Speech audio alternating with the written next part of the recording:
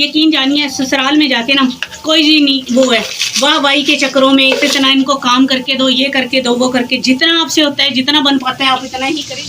अस्सलाम वालेकुम guys, welcome back to my channel. Guys आज का हम घर के काम काज दिखा रहे हैं देहात में आपको, क्योंकि ब्लॉग का मतलब ही होता है घर के काम काज दिखाना। तो मैं बनाने लगी थी आलू पालक। आलूओं को मैंने उबाल के रख लिया है। पालक को मैं यहाँ पे निचोड़ रही हूँ सारे को। टमाटर, हरी मिर्ची मैंने ये देखिए कटिंग करके रख दिया है। लहसुन और अदरक भी काट के रखा हुआ, दही भी रखी है। तो गाइस आज मैं आपसे ये बात करना चाह रही थी। आज हम बात करते हैं जॉइंट फैमिली के बारे में कि जॉइंट फैमिली में रहना सही है या गलत है। मैं कहती हूँ जॉइंट फैमिली में रहना ना अजाब है, क्योंकि मैंने भुगता है। जॉइंट फैमिली में ये है कि आप जब तक ससुरालियों के नौकर बन के रहोगे ना, जुबान अपनी बंद करके रखोगे बिल्कुल, और जितना उसको काम करके देते रहोगे तो फिर तो बहुत ठीक है। अगर मैं ये नहीं कह रही हूँ कि सारे ससुरालियों के बारे में ये बात नहीं कर रही।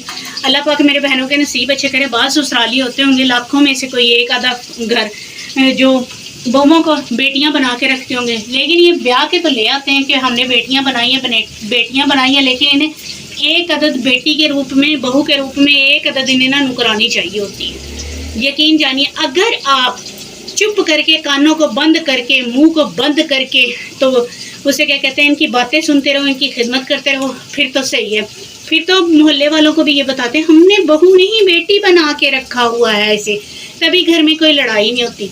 और जब वो बहू बिल्कुल अंदर से पक जाती है, थक जाती है, अक जाती है, जब उसके अंदर का मादा बिल्कुल ख़त्म हो जाता है ना, फिर ये वो बहू बेचारी जो होती है ना, जब डिप्रेशन में चली जाएगी, बिल्कुल अंदर से ख़त्म हो जाएगी, तो वो बेचारी कोई 4-5 साल बाद अगर अपने हक के लिए बोलना शुरू कर देगी, तो फिर भाई बहू की तो ज़ुबान इतनी है, इसको सिखाया क्या है माँ ने, फिर तो बाबा बहू में 100 कीड़े 100 ऐब।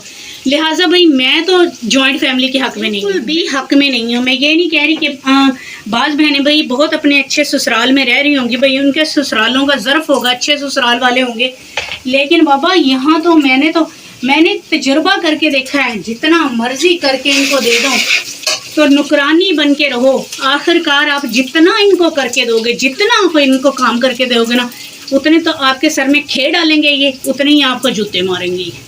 यकीन जानिए अगर आप लोगों ने अपनी एक बात सिर्फ सीख लो, ज़िंदगी से एक बात सीख लो कि जो तो आपका दिल करता है ना आप वो करो, और जितना आपसे काम हो सकता है वो करके दो। ज़रूरी नहीं है कि इनके लिए अपना आप ख़त्म कर दो, अपने बच्चों को फना कर दो, अपने बच्चों को ना देखो, रो रहे हैं तो रोते जाएं, बस इनके काम करते जाएं, बिल्कुल भी नहीं। अपने हक के लिए यकीन जानिए आप, अगर आपको कोई चीज़ गलत लग रही है ना ससुराल में, बोलना शुरू करो, अपने हक के लिए आवाज़ उठाना शुरू करो।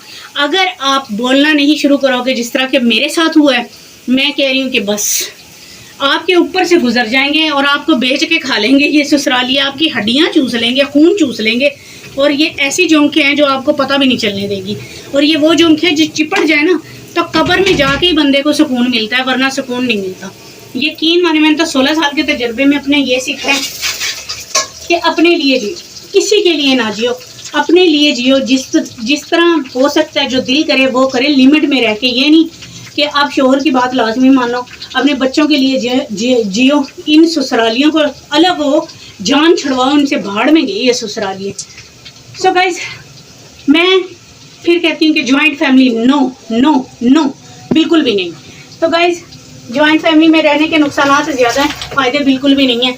औरत डिप्रेशन का शिकार हो जाती है, ज़हनी मरीज़ हो जाती है, आखिरकार वो कब्र में ही चली जाती है। खून चूस के भी ये राज़ी नहीं है, बिल्कुल ये लोग राज़ी होने वालों में से नहीं है। लिहाजा इनको इनके हाल पे छोड़ दो और मस्त अपने माहौल में रहो, अपने लिए जियो, अपने बच्चों के लिए जियो। तो गाइस ये छोटी सी बात थी जो मैंने अपनी बहनों को कहना था, जिनकी शादियाँ नहीं हुई है ना, मेरी अभी से गिरा यकीन जानिए ससुराल में जाके ना कोई जी नहीं वो है वाह वाही के चक्करों में इतना इनको काम करके दो, ये करके दो, वो करके, जितना आपसे होता है जितना बन पाता है आप इतना इस वाह वाही के चक्कर को छोड़ दो। और इंशाल्लाह अगर आपको कोई चीज़ बुरी लगे तो लाजमी अपने लिए स्टैंड ले। तो गाइस मैं अभी बना लूँ आप बैंगन, फिर मैं भूनती हूँ आटा। मिलती है आपकी बहन आप एक छोटी से ब्रेक के बाद। लाइक कमेंट शेयर, चैनल को सब्सक्राइब लाजमी कीजिएगा प्लीज़, हमें सपोर्ट लाजमी।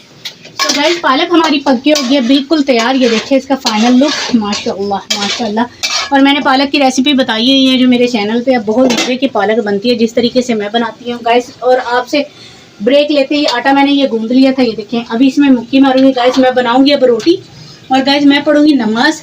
तो गाइस मैंने रोटी बनानी है, भूखा उतारना पड़ेगा, नमाज पढ़नी है क्योंकि फिर नमाज का टाइम ही रहेगा। गाइस ये तो मेरा छोटा पसंद आ रहा है। अगर आपको पसंद आ रहा है, मेरी जरा सी भी एफर्ट पसंद आ रही है, प्लीज प्लीज प्लीज मेरे सपोर्ट करें, लाइक करें, कमेंट करें, शेयर करें, चैनल को सब्सक्राइब करें। गाइस अपना ढेर सारा ख्याल रखिएगा, अपनी बहन को दुआओं में जरूर याद रखिएगा। मिलते हैं कल के ब्लॉग में नए जज्बे, नई उमंग, नई लगन और नए दिन के आगाज के साथ। अपनी बहन को दीजिए इजाजत। अल्लाह हाफिज।